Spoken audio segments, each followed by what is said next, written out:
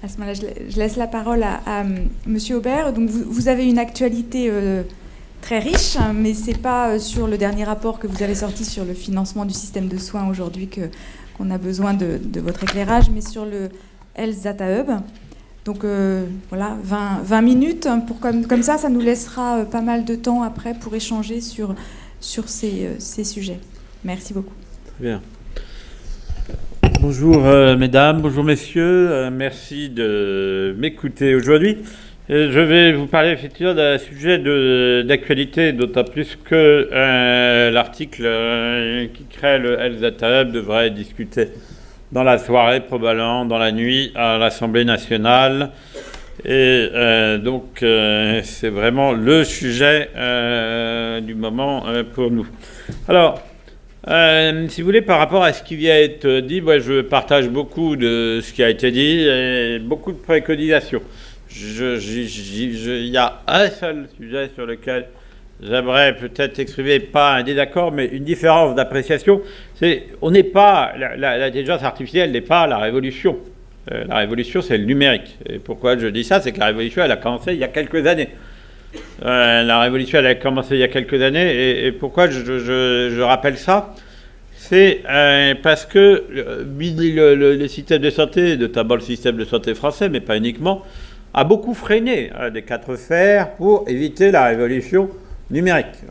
Il y a des études internationales qui ont montré que, par exemple, en 2007-2008, le Commonwealth Institute avait expliqué, donc une organisation non gouvernementale américaine, avait expliqué que les médecins français, dans les 7 pays qu'ils avaient étudiés, étaient les plus hostiles à l'utilisation des systèmes numériques, des outils notamment d'aide à la décision, et pourtant, d'ores et déjà, à l'époque, l'utilisation des outils d'aide à la décision, par exemple, pour un diagnostic et pour le choix d'un médicament, avait des résultats meilleurs que l'homme.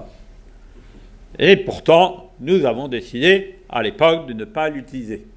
Pourquoi je dis ça? C'est que demain, nous allons avoir des outils numériques très perfectionnés qui diront mieux la radio que l'œil humain. La question, c'est est-ce qu'on mettra 10 ans à les utiliser ou est-ce qu'on mettra 2 ans à les utiliser?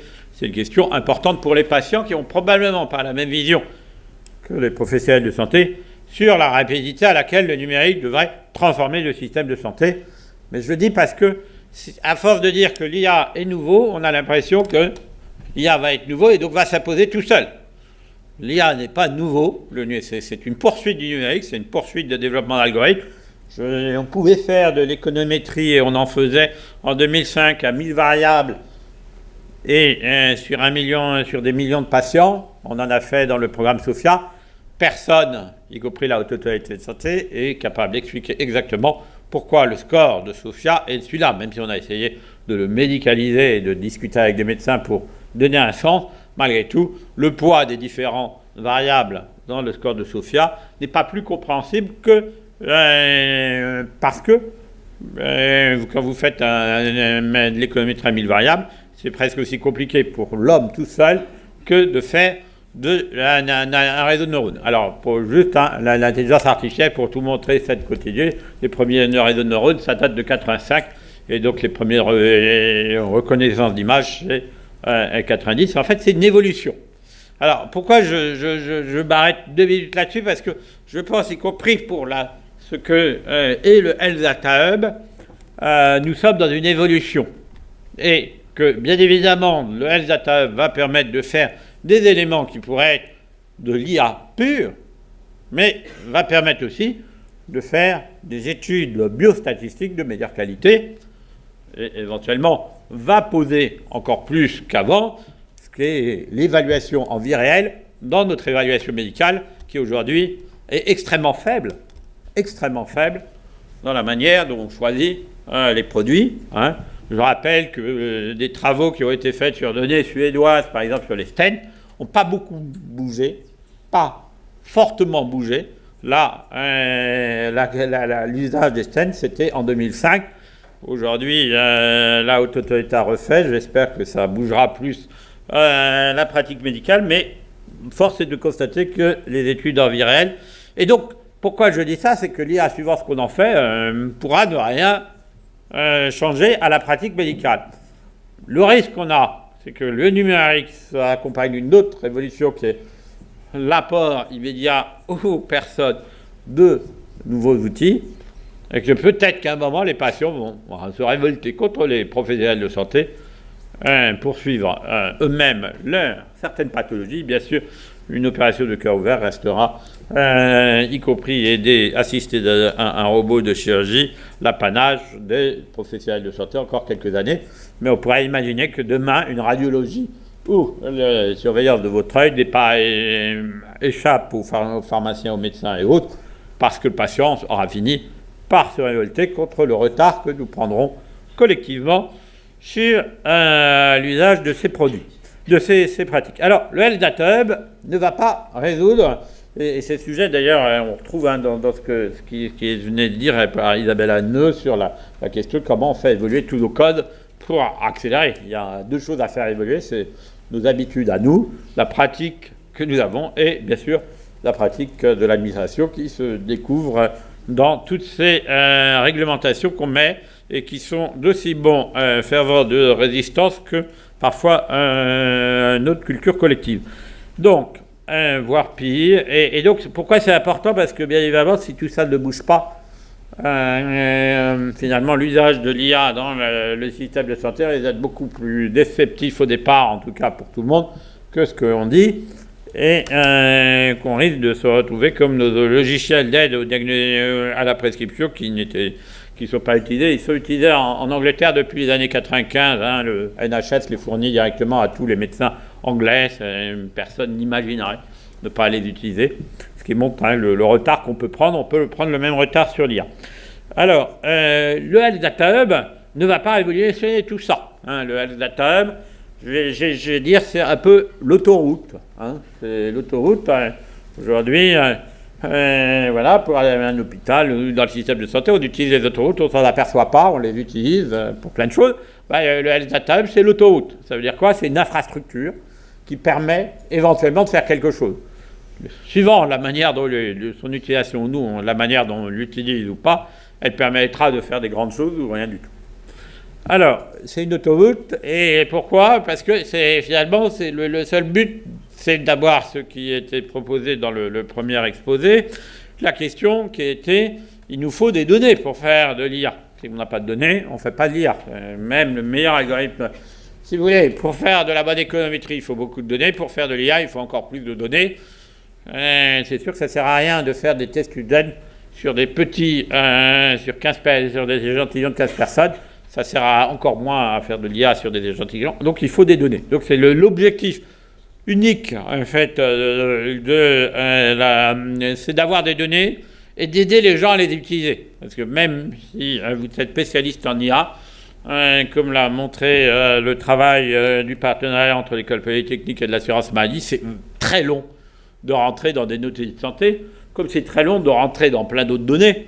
Si on comprend mal les données, même si on est spécialiste d'IA, on a du mal à y rentrer, donc il y a un sujet de compréhension, et c'est pour ça que demain, effectivement, les études de l'équipe pluridisciplinaire seront peut-être plus des pluriprofessionnels, avec aussi des pluritechniques, mais là aussi, on peut l'espérer, et il faudra espérer que nos codes ne l'empêchent pas aussi. Donc, l'objectif, c'est d'avoir une plateforme de données. Alors, comment on va faire? Ça va être assez, finalement, relativement simple. On a deux solutions. On a la solution cathédrale. Ça veut dire, on dit, voilà, toutes les données doivent être dans le hub et on va obliger tout le monde à envoyer ces données dans le hub. Bon, l'objectif cathédrale, la cathédrale, c'est bien, c'est long à construire. Même à l'époque moderne, on met parfois plus de 100 ans à construire une cathédrale, comme le montre l'exemple de Barcelone. Donc nous allons mettre de côté le modèle cathédrale. Et donc notre modèle, on va essayer de le faire pragmatique, c'est-à-dire qu'on va essayer de travailler agrégation de données par agrégation de données. C'est-à-dire on va un peu comme le développement du cancer, excusez-moi de prendre ça, mais petit à petit, on va avoir une tumeur qui va grossir, qui va être le hub. Donc au départ, on va partir quand même d'une base de référence, qui est la base médico-administrative l'assurance maladie qui a un intérêt majeur pour la France, c'est que la cathédrale a déjà été construite, celle-là, une belle abbaye, on va dire, et on va agréger progressivement autour de ça des bases de données. Ça ne veut pas dire que toute étude sera faite forcément avec des données de l'assurance maladie, ça peut être fait avec des données cliniques multicentres, mais l'idée c'est que la base de l'assurance maladie sert de référence pour avoir l'ensemble de la population, pour pouvoir finalement rapprocher les données. Donc l'idée c'est qu'on part de ça, on va rapprocher avec différents partenaires les données produites par chaque partenaire, avec l'idée que progressivement on va avoir des échantillons de données suffisants en termes de nombre de personnes, mais aussi en termes de profondeur de champ, donc des données cliniques rapportées par les hôpitaux, pourquoi pas des données biologiques, des données de radiologie, des données autres, pourquoi pas des données d'ADN, etc. Ce que nous pensons, c'est que c'est dans le multisource qu'aujourd'hui il y a encore quelque chose à faire. C'est-à-dire, hélas, probablement à part quelques startups, peut-être en France, c'est fini la lecture des radios. Si c'est pas la lecture des radios pour trouver des choses qu'aujourd'hui on n'a pas encore trouvées dedans. Mais il y a déjà trop de monde qui travaille sur les radios. Les algorithmes arrivent. La haute autorité va être progressivement saisie. Mais si vous voulez, le travail de conception initiale, il est déjà bien parti, si vous voulez. Il y a pas voilà. Donc ceux qui en France sont partis là-dessus sont peut-être à l'heure, mais il ne sert à rien que la puissance publique investisse là-dessus. Ce qu'il faut, c'est maintenant, c'est réinvestir sur de la multisource. L'avantage de la multisource, c'est pas uniquement d'avoir des données très différentes, c'est aussi d'avoir de la profondeur en termes d'années, et donc d'évolution. Pourquoi ? Parce qu'il y a beaucoup d'évolution, et là, peut-être que la technologie va de plus en plus vite, mais le vivant va à peu près toujours à la même vitesse. Et donc, une tumeur, il y en a qui sont foudroyantes, et ça, celle-là, ok, aujourd'hui, on peut suivre, mais si on veut suivre son histoire sur 20 ans, eh bien, on a besoin de données profondes, et c'est aussi l'intérêt d'avoir des multisources. L'autre intérêt, c'est pour toutes les pathologies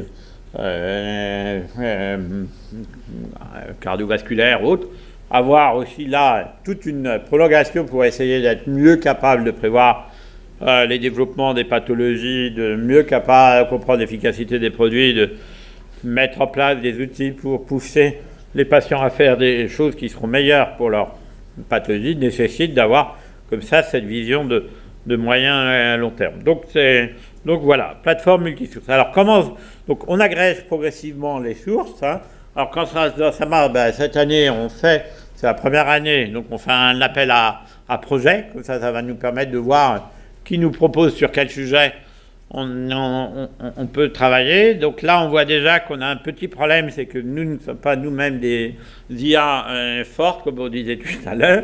Et comme on a 168 projets, il va falloir faire un choix drastique. On est désolé pour les probablement 158 équipes qui portent des projets qu'on ne pourra pas aider au moins au départ. On espère que progressivement, en montant l'équipe, ça aille un peu plus vite. Mais là, on va devoir s'arrêter. Donc on a fait un appel à projet. La principale raison, c'est qu'on ne sait pas totalement ce qu'il faut faire. Ou plutôt, on découvre avec les porteurs de projets. Chacun a des idées de ce qu'il faut faire, mais nous, on considère que comme on n'est pas une bonne IA forte, on ne sait pas exactement ce qu'il faut choisir et qu'on veut voir avec les projets qu'est-ce qui leur paraît important. Et puis, on va se focaliser au départ sur quelques projets, puis on va essayer d'étendre. C'est toujours cette idée. Voilà. Donc, on va travailler sur qu'est-ce qu'il faut faire. Alors, qu'est-ce qu'il faut faire si vous voulez, les sujets qu'on a, c'est qu'on se demande d'abord quelles sont les données prioritaires à mettre ensemble. Et ça, c'est clairement le monde médical et des professionnels de santé qui peuvent nous dire.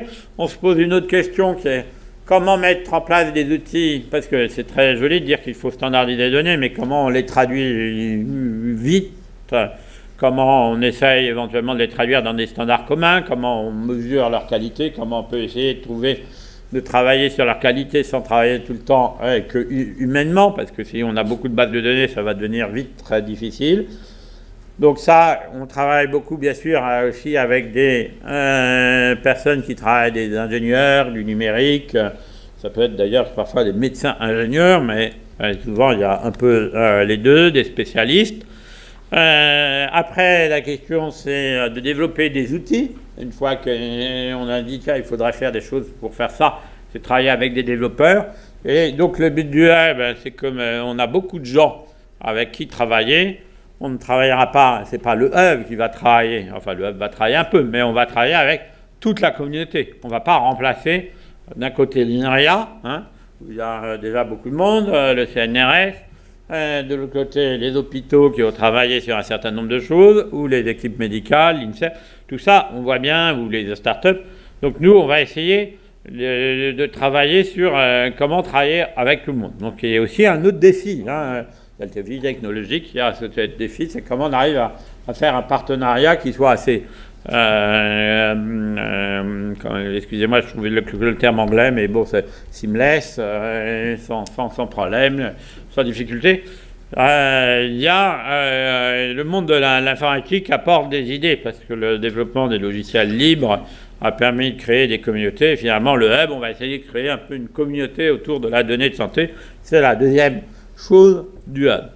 Que là, le deuxième objectif du hub est la deuxième chose qu'on va construire. Alors, là-dessus, on est un peu en retard. On a fait donc les appels à projets. Donc, on commence à voir quelle base de données on va agréger au début. On va choisir en avril. Et donc, on saura lesquelles premières bases vont rejoindre le hub. Mais voilà. Mais sur la question de comment faire travailler la communauté, pour l'instant, on est un peu... on a beaucoup travaillé avec la communauté au départ pour définir qu'est-ce qu'il fallait qu'on fasse. Mais actuellement, effectivement, il va falloir qu'on organise un peu nous-mêmes les choses pour qu'on puisse travailler avec toute la communauté. Le seul point, parce que travailler avec la communauté, ça nécessite aussi de convaincre les gens que ça peut être intéressant de travailler avec nous. Et donc le point sur lequel on en est là, c'est qu'on a quand même beaucoup d'acteurs, c'est pas pour rien qu'on a nos 168 propositions de projets qui ont l'air d'être intéressés par vouloir travailler avec nous. Donc maintenant, il faut qu'on arrive à avoir la capacité de travailler avec tous ces gens-là. Et certains d'entre vous probablement, et ça sera c'est un de nos travaux. La troisième chose qu'on va apporter comme infrastructure dans l'hub, c'est que tous les produits qui vont être issus de ce travail collectif, on va essayer de le mettre à disposition de tout le monde. Alors attention, on le mettra à disposition de tout le monde dans les conditions que les gens qui nous auront aidés à les développer accepteront. Quelquefois, ça sera payant. Tout ne sera pas gratuit. Alors, il y a une chose qui est claire, c'est que les données de santé pour la recherche publique resteront d'accès gratuit. Mais pour la recherche privée, etc., il pourra y avoir des accords. Attention, nous, voilà. De la même manière, si on a des logiciels pour aider à traiter ces données qui peuvent servir à un certain nombre de recherches, ces logiciels, suivant les partenaires qui les mettront à disposition, pourront être payants ou gratuits. Nous, on essaiera que ça soit... Que le coût ne soit pas, bien sûr, rendre impossible l'usage, mais ça sera un peu notre demande et de voir comment on y arrive. Mais voilà, bon, la bonne nouvelle, c'est que l'INRIA et finalement toute la recherche publique dans le travail qu'il y a sur la science ouverte est très ouverte justement à mettre tout ça de manière à disposition de la communauté de manière gratuitement. La quatrième sujet du hub, c'est un sujet important, c'est bien évidemment le sujet de la sécurité des données. Alors, je le mets avec aussi l'accès. Accès et sécurité, c'est très important. Donc le hub va, comme l'INS aujourd'hui sur les données de santé, aider à faire un certain nombre de dispositions pour avoir accès aux données, mais il y a aussi un sujet de sécurité. Et quelquefois, d'ailleurs, ce dernier sujet paraît être la priorité du hub. Ce n'est pas la priorité du hub. C'est qu'on va mettre en place des plateformes sécurisées. Il est très clair qu'on est sur des données qui sont beau être anonymes, elles sont ce qu'on appelle pseudonymes.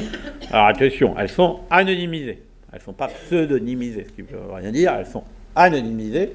On a beau les avoir anonymisées, eu égard au fait qu'elles sont très complètes, elles sont pseudonymes. C'est-à-dire que, parce que souvent, on mélange un peu tout. le terme pseudonyme est un mauvais terme qui a été créé parce qu'on ne savait pas comment l'appeler. C'est pas que les données de santé qui ont ces sujets-là, c'est toutes données longitudinales un peu longues, parce qu'avec quelques caractéristiques, finalement, l'individu devient unique. Et donc, on peut le retrouver. Si vous connaissez la date des 2 séjours hospitaliers de Vaudouanin, vous pouvez quasiment considérer qu'il est unique dans le PMSI. Voilà. C'est-à-dire qu'on a beau l'avoir anonymisé, voilà, il n'y a pas forcément des données. Voilà. Alors, pourquoi je dis ça ? C'est que nous, bien évidemment, la CNIL, tout le monde s'inquiète. Et c'est bien pour ça qu'en France, comme l'avait prévu le RGPD, on a mis en place un dispositif particulier. Il faut savoir que peut-être la problématique pour l'Europe, c'est que chaque pays a mis en place en fait, des dispositifs particuliers sur ses données de santé. Et que ce qui est dommage, c'est que le RGPD n'a pas réussi à obtenir à ce qu'il y ait un dispositif particulier de tout ensemble à l'Europe. Alors c'est difficile, parce que contrairement à ce qu'on pense, c'est pas qu'en France que c'est compliqué.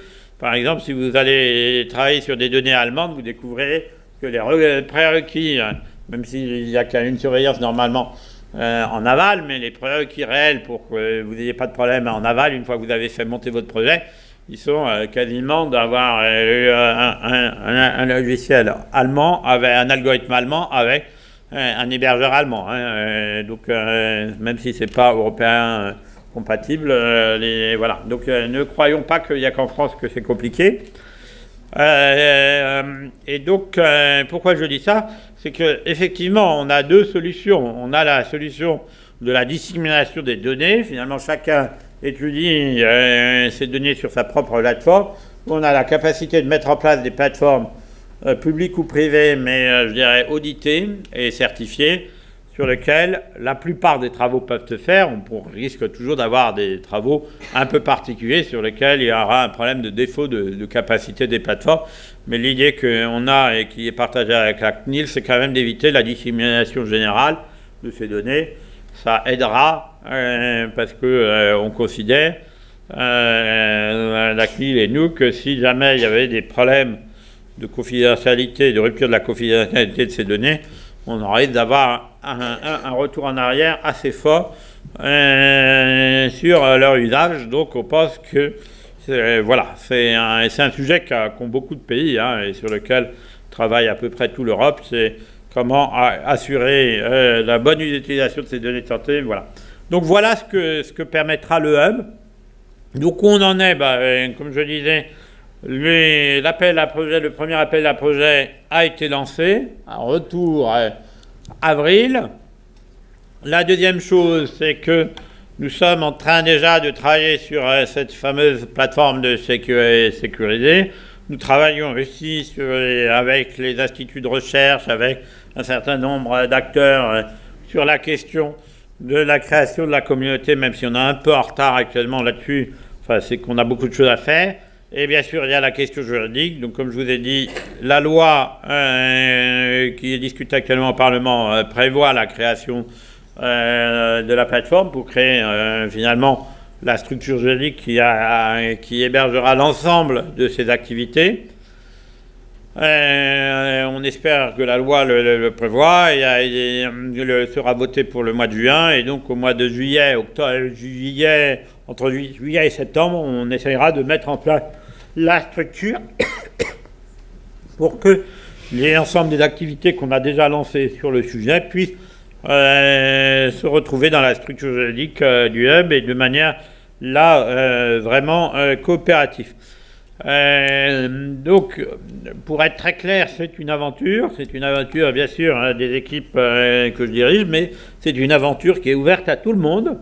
Donc, effectivement, pour l'instant, nous n'avons pas totalement ouvert puisque la structure juridique n'existe pas, mais dans quelques temps, on va ouvrir justement les candidatures pour venir. Voilà, on est ouvert. Nous, ce qui nous intéresse, c'est d'avoir finalement avec nous et comme partenaires tous les producteurs de données et tous les utilisateurs des données. Parfois, ils peuvent être les deux et ça sera ouvert à tous les utilisateurs et tous les producteurs, avec quelques limites, bien évidemment, de finalité, mais qui sont normales, puisqu'il y a l'idée quand même que toutes ces données doivent servir pour l'intérêt public et pas pour Alors, attention, un intérêt public peut être en partie privé, voilà, mais je veux dire, il y a des finalités qui sont interdites, que ce soit pour les industriels, pour les assureurs, mais aussi finalement pour chacun d'entre nous. L'objectif, c'est de trouver finalement des moyens de permettre une meilleure prise en charge des patients, sous quelque forme qu'elle soit. Voilà rapidement les quelques mots. Si certains veulent plus d'informations, il y a un site internet sur le Health Data Hub qui doit s'appeler Health Data Hub. Après, je ne me rappelle plus du www, mais j'imagine qu'on commence à le trouver sur Google, peut-être pas encore. Mais en allant sur le site du ministère et sur l'adresse, donc la direction de la recherche, l'évaluation et des études et de la statistique, vous aurez l'adresse. Et par ailleurs, il y a un certain nombre de documents, non seulement la feuille de route qui a été diffusée et validée par la ministre au mois d'octobre, mais on essaye de mettre des informations à jour régulièrement. Et actuellement, on a beaucoup de sollicitations de journalistes qui fait que on essaye de donner de l'information en continu sur la progression du projet. L'objectif, c'est qu'on ait des premières réalisations avant la fin de l'année 2019. Et nous sommes pas trop en retard sur cet objectif, même si parfois ça demande un peu plus d'énergie que nous souhaiterions en avoir. Merci beaucoup.